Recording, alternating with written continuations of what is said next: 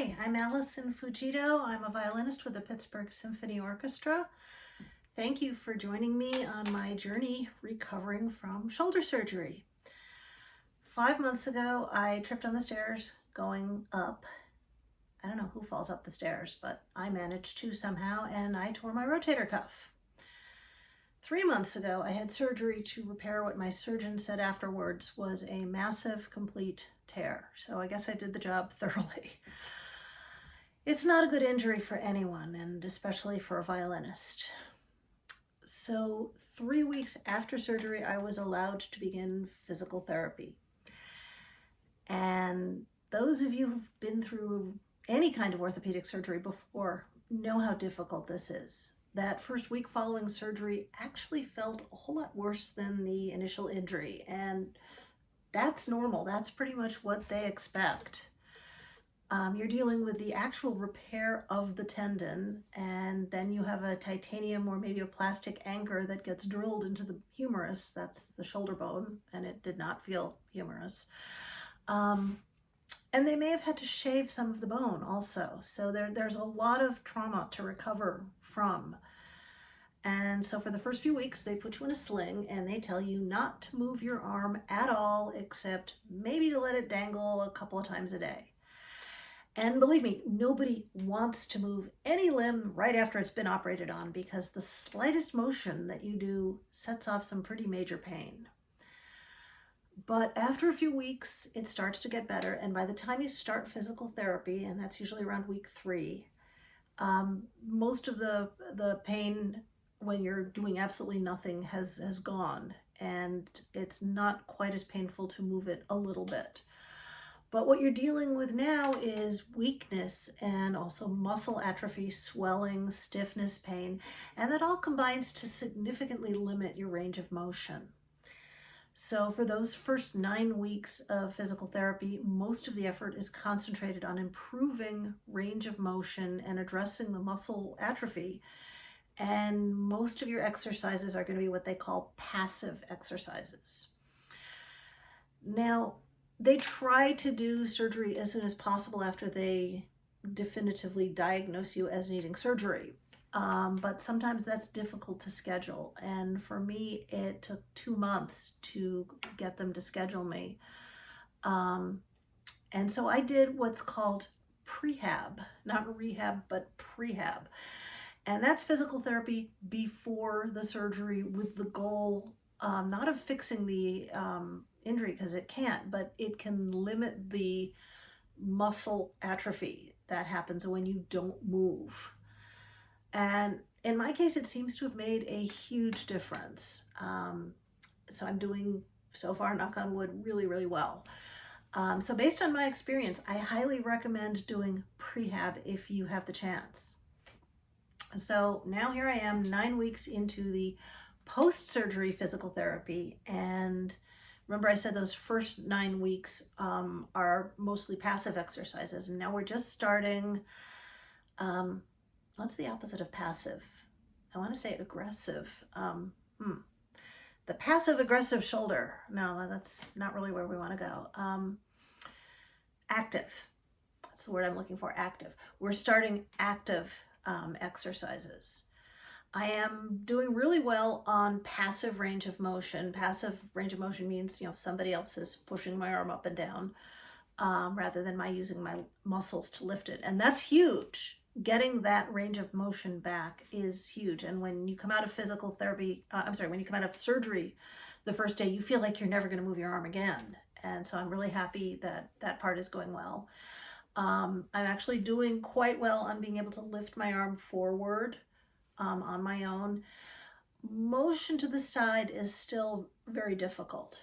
So I'm doing all kinds of exercises now. I'm doing stuff with pulleys, with stretchy bands, weights, and a huge rubber ball. That sound always makes me think of elementary school for some reason. Now, just when I was starting to feel actually very frustrated, because all of this feels like a full-time job, and where the tools of the trade are pulleys, stretchy bands, weights, and a huge rubber ball. but I'm really happy that my physical therapist has just added the violin as part of the physical therapy. Actually, the violin and the bow. Now, if you have to stop practicing for whatever reason for a day or two, nobody really notices except you. You notice. You notice that technical things that were easy are suddenly not quite so easy. After more than a few days, you might start noticing a difference in how you sound. Things might not be quite as in tune. Your sound might not be quite as polished. Things might actually get kind of rough.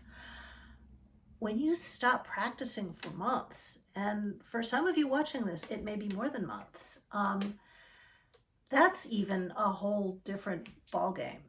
It's very rough getting back in, but it is not impossible. It's, in fact, very possible. And so I wanted to document for myself the whole road back to performance. And then I thought, why not invite all you to join me? Some of you might be recovering from your own injuries. Some of you might have stopped playing for other reasons, and now you want to pick it up and play it again, and you're not sure where to start. And for whatever reason, you pick up the violin, you pick up the bow, and you think, no, that doesn't feel right. And so you switch hands, and that certainly doesn't feel right either. So today I'm just going to explain some basics, and then you can join me in a few simple exercises to make things feel right again. So tune up your fiddles, rosin your bows, and let's get started. The first thing I want to talk about is actually warming up. We're using a lot of fine muscle and also larger muscle coordination things, and you don't want to practice with cold muscles because then it's easier to strain things.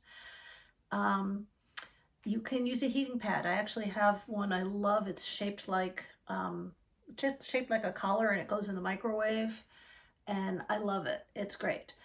And that's a good start. Heat your muscles with the heating pad. I actually did this before turning this video on. But that's not all. I also want to do some legit stretching. So, oops, sorry if you thought we were going to play right away. Put your instruments down, please. Put them somewhere safe. Please do not put them on the floor. That is not safe. And let's talk about stretching.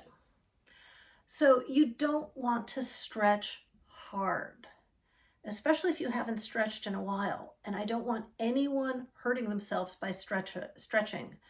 Sometimes soft stretching can actually give you more range of motion than tight stretching. And let me show you a couple of stretches that I do.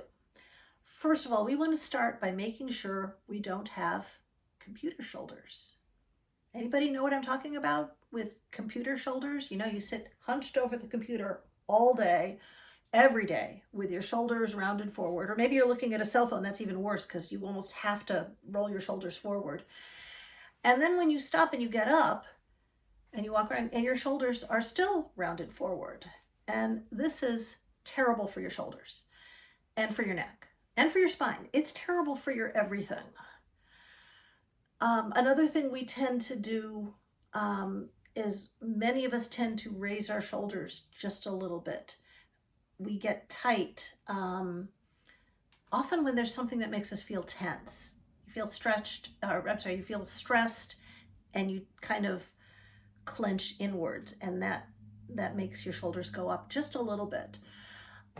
And we're all stressed all the time, right? So check. Right now, see, can your shoulders go lower? Happened, right?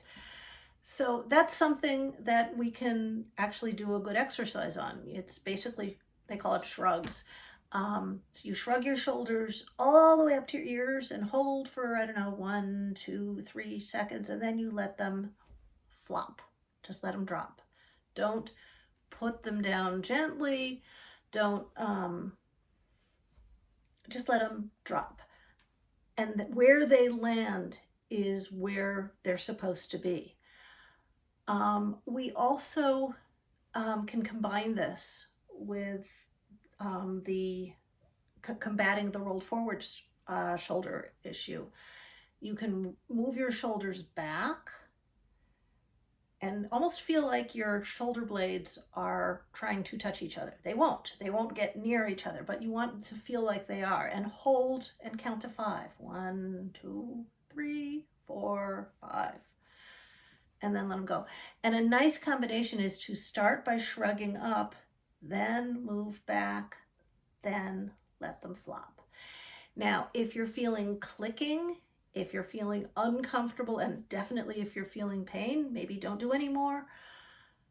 Talk to your doctor, talk to your orthopedist, talk to your physical therapist, talk to your chiropractor, whoever you go to for your joint health.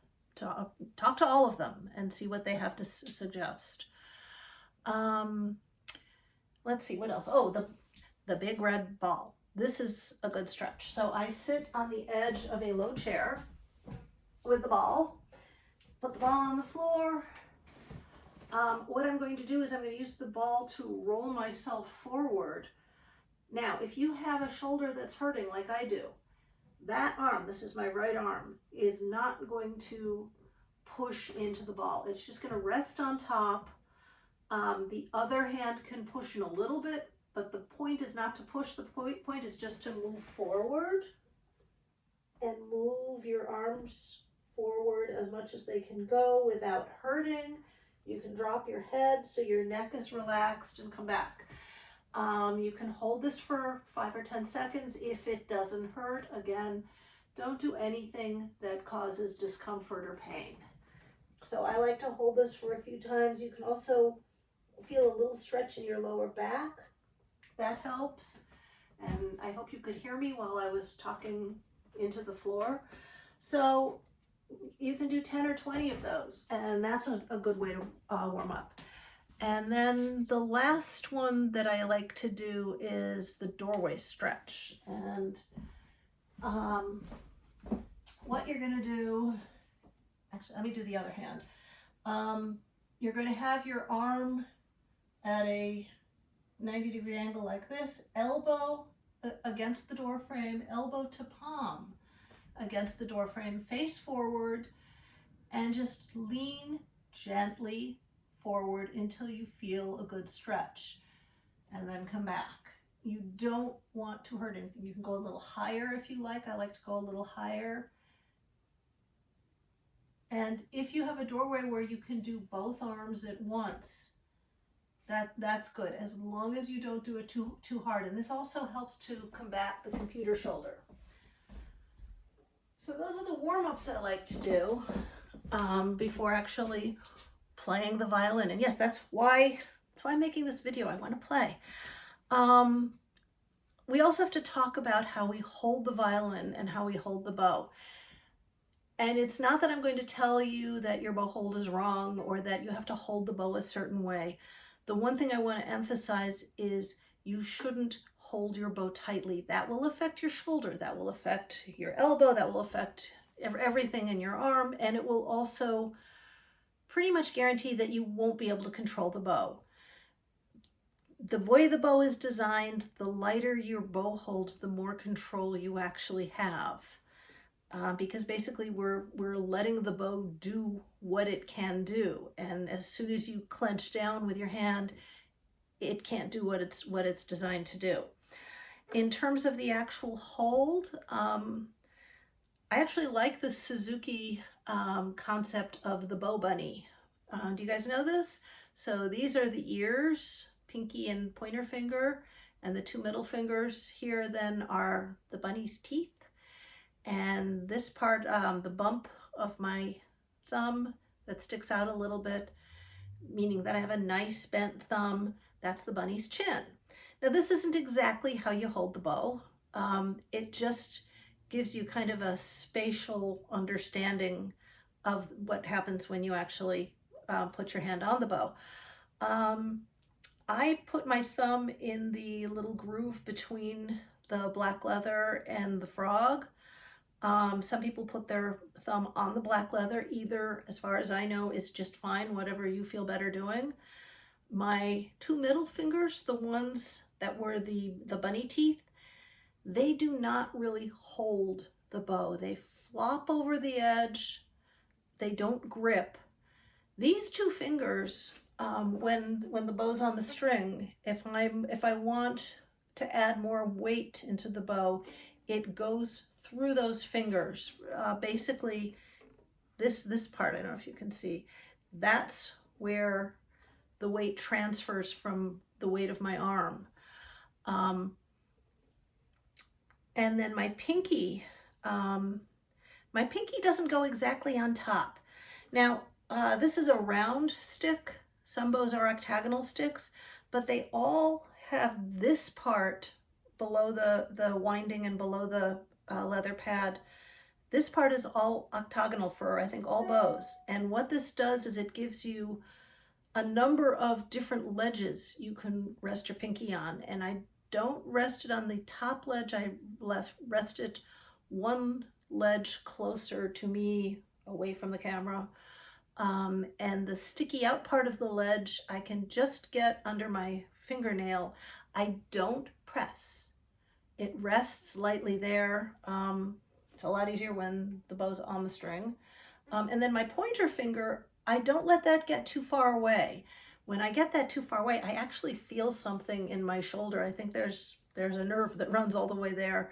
But more importantly, I feel tension in my wrist and lower arm when it gets too far away. It's out of balance. So you can practice holding the bow.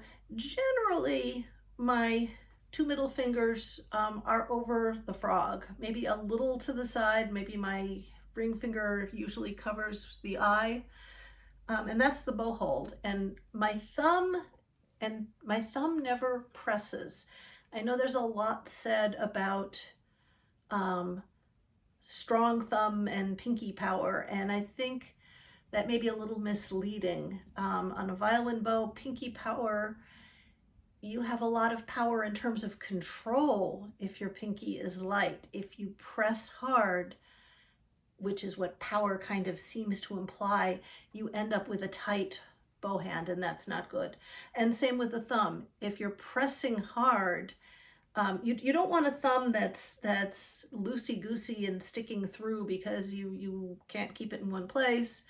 But you also don't want to press up. It's kind of counterproductive if you're putting weight into the string and you're pressing your thumb up away from the string. So try and keep your thumb not pressing, keep it loose and light, but keep it in the same place. Now, in terms of where do we put the violin and violin position, that's a loaded subject because we are all different. We have different shaped chins, we have different length necks.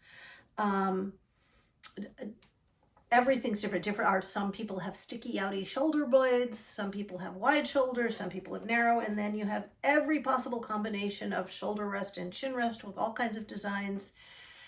And it's the kind of searching for the holy grail for most of us violinists to find what we really like, what fits. And we might think we found something, and then 3 years later we're like, wait a minute, that doesn't feel good. I'm going to start looking again for a different shoulder rest. So if you found something that's comfortable for you, and even if you play with no shoulder rest, as long as it works for you and you can be light and not gripping with your shoulder, that's good. That's what we're looking for. In general, I suggest whatever setup you've got, you be used to putting your violin up on your shoulder from above, like this. Here's why. If you put it up from below, which most people do, it doesn't work. Then you end up doing this, and you're still kind of pointed down, and then you wonder why it feels so awful. If you put it in from up, in fact, I tell my students, my younger students who are learning this is, you're being the Statue of Liberty here, and then you flip the violin around, and you bring it in, and you rest it on your shoulder, and the scooped out portion of your shoulder rest goes right on your shoulder, and all you have to do now is turn your head into the chin rest, and there you are. And you can then hold it without gripping because everything hopefully is all lined up. That said, that's not simple, and it's not simple for anybody. Now, I've got a bow exercise I want to practice, and I've got a left hand exercise, and I'm going to start with the bow exercise. My teacher in college and grad school was Dorothy DeLay, and she taught a series of bow exercises. And we're just going to do the first one, which is a sounding point exercise. So what is sounding point? Sounding point is where you put your bow on the string in relation to the bridge or the fingerboard. Depending on where you are, play the E string, it changes the sound. And you want to be able to control exactly where you are. So what she had me do was put the metronome on. I've got my metronome here. It's set to 80. And I'm going to do quarter notes. I've put a sticker on my bow so you can see exactly where the halfway mark is. There's about 26 inches of bow hair, and so this is at the 13-inch mark, dividing my bow effectively in half. I'm going to do 4 beats in the bottom half on one sounding point and 4 beats on the next sounding point. And I just want to stop the metronome and also say that if you're Suzuki trained, you're probably familiar with the term highway. And I actually really, really like that analogy. The sounding point we're on, where the bow is traveling on a highway, and we have several different lanes between the bridge and the fingerboard. Right smack up next to the bridge is lane 1, which generally doesn't sound very good. This is actually what we call ponticello, which means playing on the bridge. And we're not actually playing on the bridge, we're just right next to it. And that's an awful sound. So this exercise is not going to sound very nice, but it's going to give you control. Lane number 2 is right next to that, exactly the width of your bow hair. Each lane is as big as the width of the bow hair. So lane number 1, lane number 2, lane number 3, lane number 4, 5, 6, 7. We don't usually use 5, 6, 7, but sometimes we do. Sometimes we go there for very soft, ethereal kind of sounding tone. Most violins sound best around lane 3. This violin doesn't sound, this violin is actually quite forgiving in lane 2, but does not sound good in lane 1. But even so, this exercise is just not going to sound good, but it will give you good control.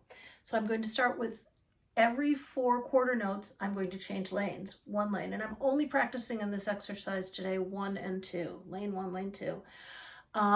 But then I'm going to switch to every 2 beats, I will change lane, and then every beat, and so on. And let's see how this works. So again, really light bow hold.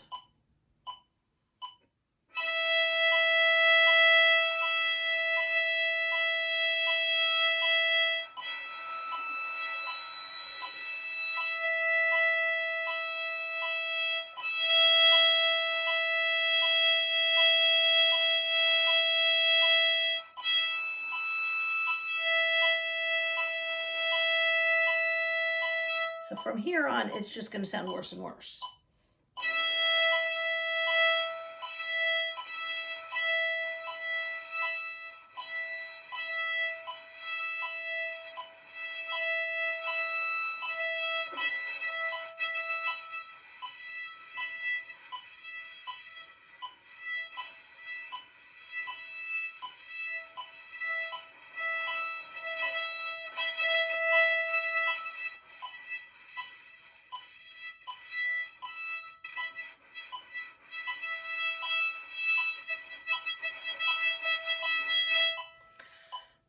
If anybody teases you for how this sounds, anybody in your household or in your family, tell them they owe you $1.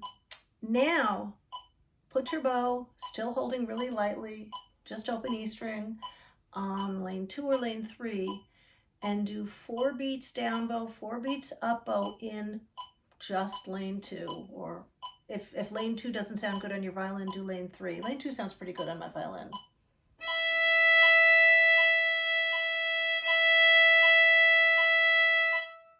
You may, if you tried doing that before trying this weirdo exercise, you may see that you have trouble staying in one lane, and after this exercise you now have control and can stay in one lane. You can practice this on every string. You can practice this also with every group of 2 lanes. You can practice between lane 2 and 3, lane 3 and 4, etc. I wouldn't practice so much lane 4, 5, 6, 7 because usually we're too much there and we're more than we should. And then there's one more exercise I want to practice, and that is Sevcik Opus 1, Book 1, Opus 1. You can get this for free on IMSLP. I'll try to remember to put a link in the description. I'm going to keep my metronome at 80. I am doing the E string page because right now the higher I lift my bow arm, the more uncomfortable it is. So the E string's the most comfortable right now. If you look at page 1, you'll see that, and I can show you my copy here, which is a little bit beaten up. I think I spilled chocolate milk on it when I was 18. I don't know if you can see it very well. The first 3 measures, there are lines next to the numbers that indicate the fingerings. I'll hold it up one more time. You can take a screenshot if you want. But you can just print this out from IMSLP. Those lines mean to hold your fingers down.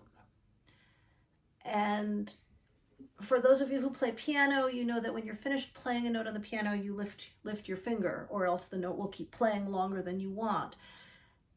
It's not the same on violin. We don't need to lift our finger after every note. And I've seen so many young violinists who will play this, and as soon as they're done with each finger, they lift it. And that makes playing, I don't know, about 100 times more difficult than it needs to be. It makes things very awkward. So we keep the fingers down until we have a reason to pick them up for this exercise. We don't necessarily have to keep our fingers down all the time for everything we play, but in this particular exercise, that's what they want you to do. This helps also get a good solid 4-finger frame where your fingers know where they're supposed to go without having to rock your hand in any way. That said, in terms of leaving your fingers down, you don't need to press hard, especially in first position. You don't need to press, certainly you don't need to press through the fingerboard. Depending on your violin and your string height and your bridge height, you may not even have to press all the way to the fingerboard in first position. You may only need to press 70% of the way or 80% of the way. Experiment and see how lightly you can play and still get a focused sound. Now, I'm going to play, I think, just the first 4 measures. If you look at the top, at either page 1 or I'm on page 4 on the E string, the exercise is written as quarter notes, and there's a repeat sign after the first measure. They want you to actually repeat each measure. And if you look above at the very top, they also write the first measure as 8th notes, and then they write it again as 16th notes. So what I'm going to do is I'm going to play the first measure. I'm going to play it twice as quarter notes. Then I'm going to play it twice as 8th notes, and then I'm going to play it twice as 16th notes. Then I'm going to go on to the next measure. I'm going to do 4 measures like this without stopping, all smoothly, hopefully, one into the next, and keeping my fingers very light, keeping my bow hand light, and hopefully keeping my bow even. Here we go. 2, ready, go.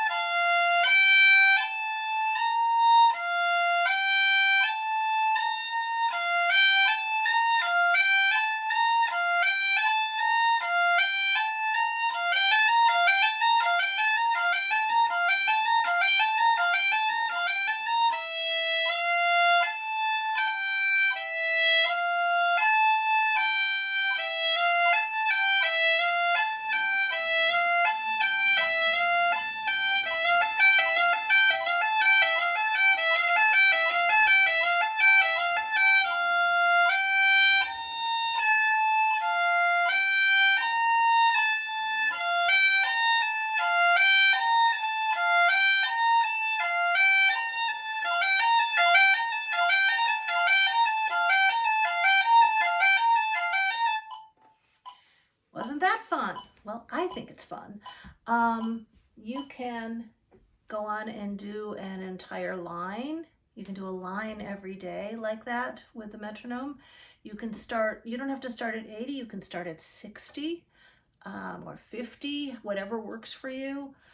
There are some other ways we can work on getting it even. I can talk about that in another video.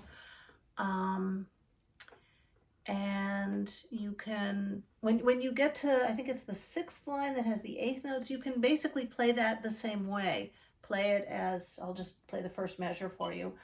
Play it first as quarter notes, then 8th notes, then 16th notes. What they're doing here with the pattern is, instead of making it a 4-note pattern, they're making it an 8-note pattern, a group of 4 notes followed by a related group of 4 notes, either up or down a step. So I would do this the same way.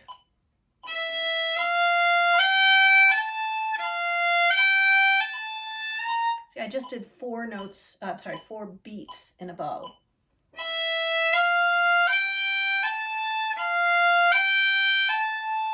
Now I'm going to do 8th notes, so it'll still be 4 beats in a bow. Now I'm going to repeat up bow.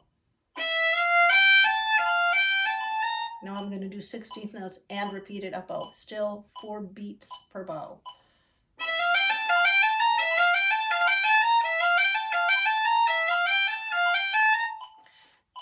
When you get to the 16th notes, and that's line 6, 7, 8, I think, it's all the finger patterns that you've seen previously on this page. They're just strung together into one measure. So by the time you've done all those lines, and by the time you get to this, you've already practiced those, but you can practice them again as individual groups of 4 and then put it together into one measure. The goal would be for the 16th note passages is, after you put it together, one beat at a time, one measure at a time, then you want to be able to play the whole 16th note passage without stopping, keeping your fingers relaxed. I like to do it repeating every measure. So here goes my metronome back on at 80. 4 beats per bow, which is already marked, and I'm going to repeat every measure. Here I go, and you can play this with me if you want. 1, 2, ready, go.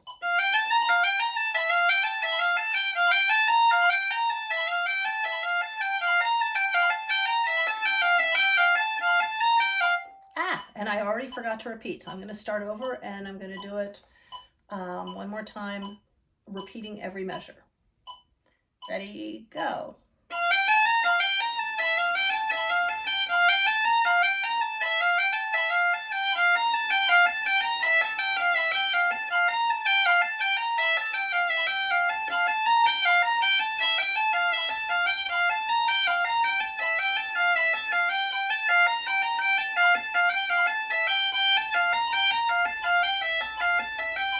And I'm going to do that one again.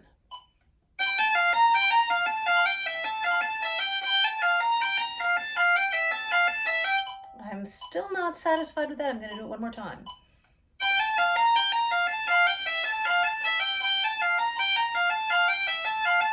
That was pretty good. So now I'm going to go back to the beginning of the 16th notes, because the goal is to do it beginning to end, no mistakes. 1, 2, ready, go.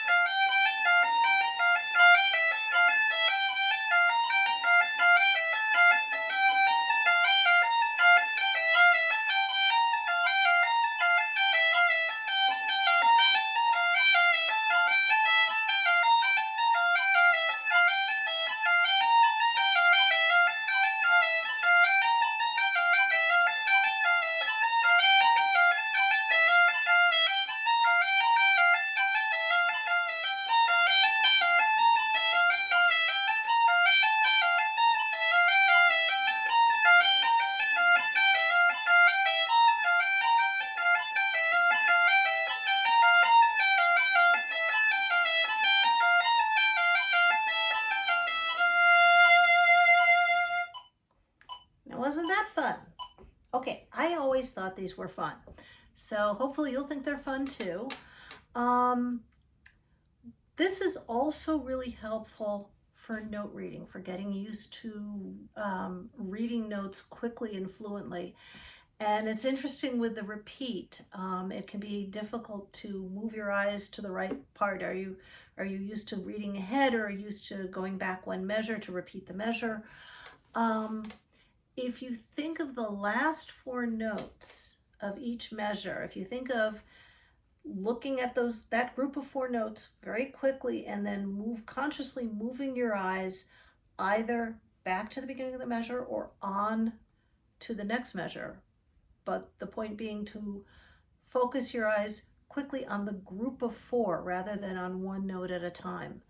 That is also often very helpful. Thank you for joining me. Next video, I think I'm going to cover Sevcik Opus 8 shifting. That's also really good for note reading and good for regaining left hand technique. And glad you joined me. Bye.